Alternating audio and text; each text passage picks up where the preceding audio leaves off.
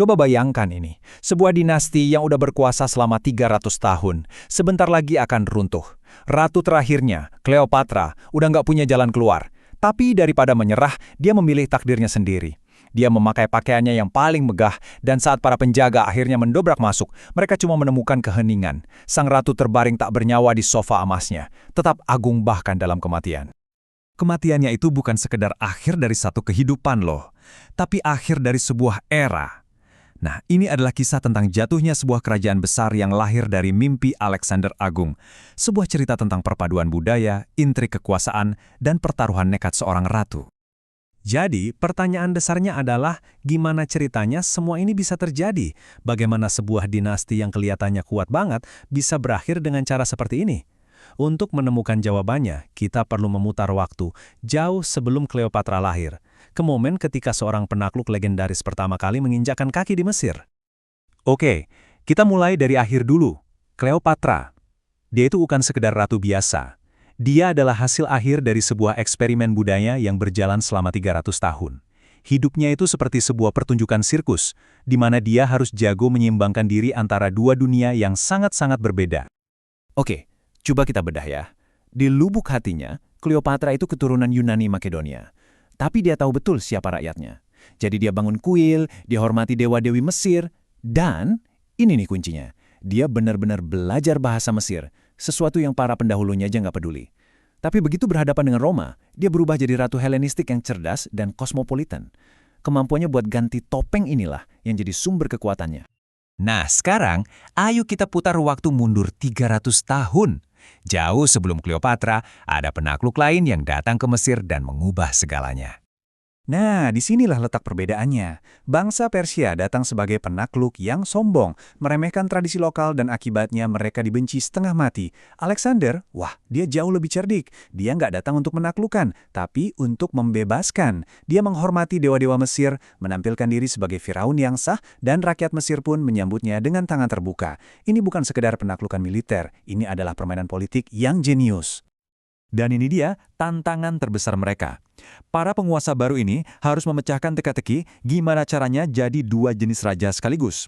Di dunia Yunani, seorang Basileus itu jadi raja karena dia hebat di medan perang. Kekuasaannya itu nempel di orangnya.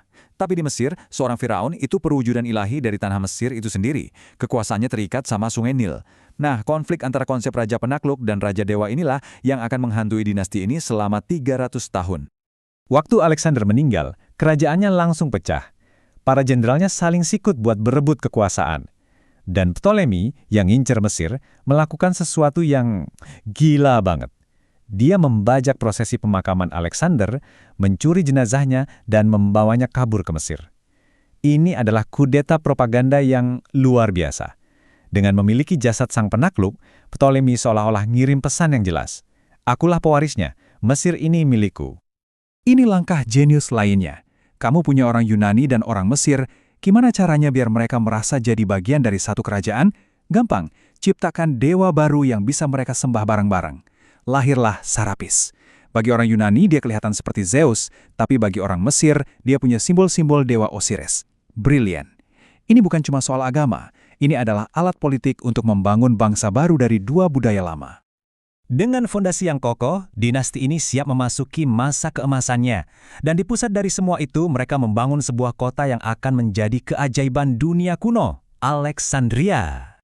750.000. Coba deh, bayangkan angka itu sejenak. Itulah perkiraan jumlah gulungan naskah di Perpustakaan Agung Alexandria. Ini bukan perpustakaan biasa seperti yang kita kenal sekarang. Ini adalah upaya pertama dalam sejarah manusia untuk mengumpulkan seluruh pengetahuan di dunia di satu tempat. Semacam Google-nya dunia kuno, dan pusatnya ada di Mesir. Dan hasilnya, wah, benar-benar mengubah dunia. Disinilah Euclid meletakkan dasar-dasar geometri yang kita pelajari sampai hari ini. Di sini juga Aristarchus pertama kali berteori kalau bumi itu mengelilingi matahari, hampir 2000 tahun sebelum Kopernikus loh. Dan Eratosthenes, dia berhasil mengukur keliling bumi dengan akurasi yang luar biasa. Ini adalah Silicon Valley-nya dunia kuno, dan semuanya didanai oleh kekayaan para Firaun Ptolemai. Dengerin deh apa kata seorang penyair waktu itu. Di Mesir, mereka memiliki segalanya. Alexandria itu bukan sekedar kota, dia adalah pusat alam semesta. Bayangkan New York, London, dan Tokyo digabung jadi satu. Semua orang paling cerdas, paling kaya, dan paling ambisius di dunia pengen ada di sana. Tapi ya, seperti semua zaman keemasan, masa ini pun harus berakhir. Perlahan-lahan, retakan mulai muncul. Dan masalahnya bukan cuma datang dari luar, tapi juga dari dalam istana itu sendiri. Keruntuhannya itu nggak terjadi dalam semalam. Ini adalah serangkaian bencana yang menumpuk. Pertama, pemberontakan dari rakyat Mesir yang udah muak dengan pajak yang terlalu tinggi. Terus, di dalam istana, keluarga kerajaan malah sibuk saling bunuh demi takhta, yang jelas melemahkan mereka dari dalam. Dan sementara mereka sibuk bertikai di seberang lautan, sebuah raksasa baru sedang bangun, Roma. Dan ada ramalan kuno Mesir yang bunyinya benar-benar mengerikan. Ramalan itu bilang kalau Alexandria, kota orang asing yang megah itu, suatu hari nanti cuma bakal jadi tempat para nelayan mengeringkan jala mereka. Ini menunjukkan kalau di balik semua kemewahan itu, ada kemarahan yang membara dari penduduk asli yang merasa terjajah di tanah air mereka sendiri. Lalu tibalah momen yang mengubah segalanya. Seorang raja dari Suriah menginvasi Mesir, tapi seorang utusan Romawi mencegatnya.